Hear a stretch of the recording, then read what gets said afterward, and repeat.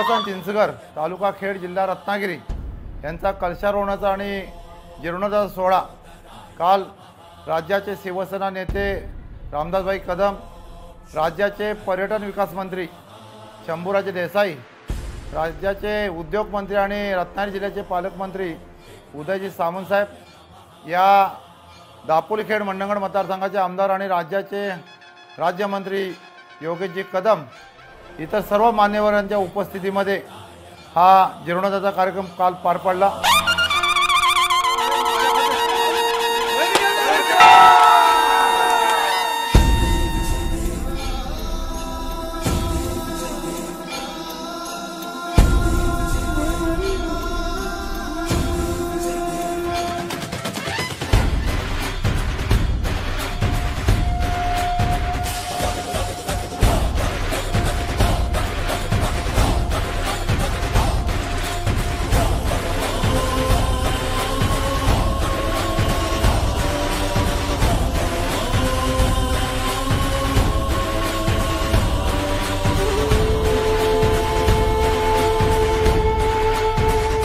भैरवनाथ मंदिर हे आमचं जुनं पुरातन मंदिर ते होतं आणि ते पुरातन मंदिराच्या आम्ही ह्यापूर्वी त्याची डागडुजी करत त्याच्यामध्ये ते मंदिराच्या मधले कार्यक्रम आणि ते सर्व कार्यक्रम आम्ही त्या ठिकाणी चालू ठेवले होते।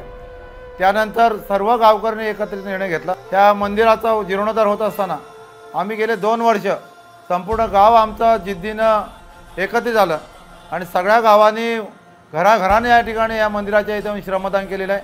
घराघरातून लोकवर्गणी तिथे जमा झालेले आहे।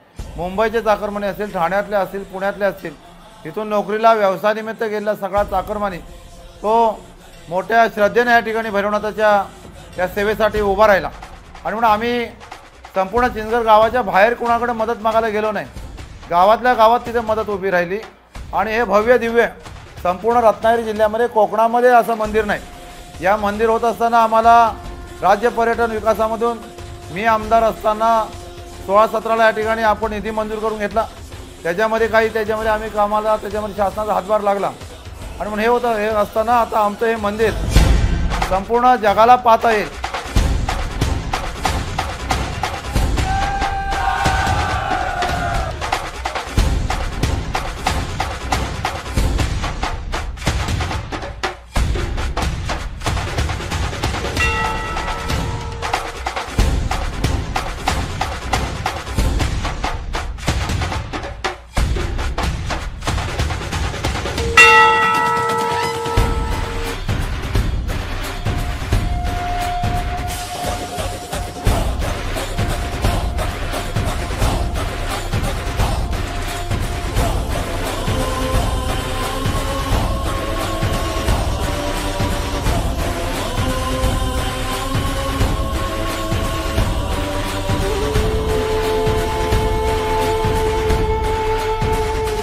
गेले 3-4 दिवस हा कार्यक्रम या ठिकाणी सुरू आहे।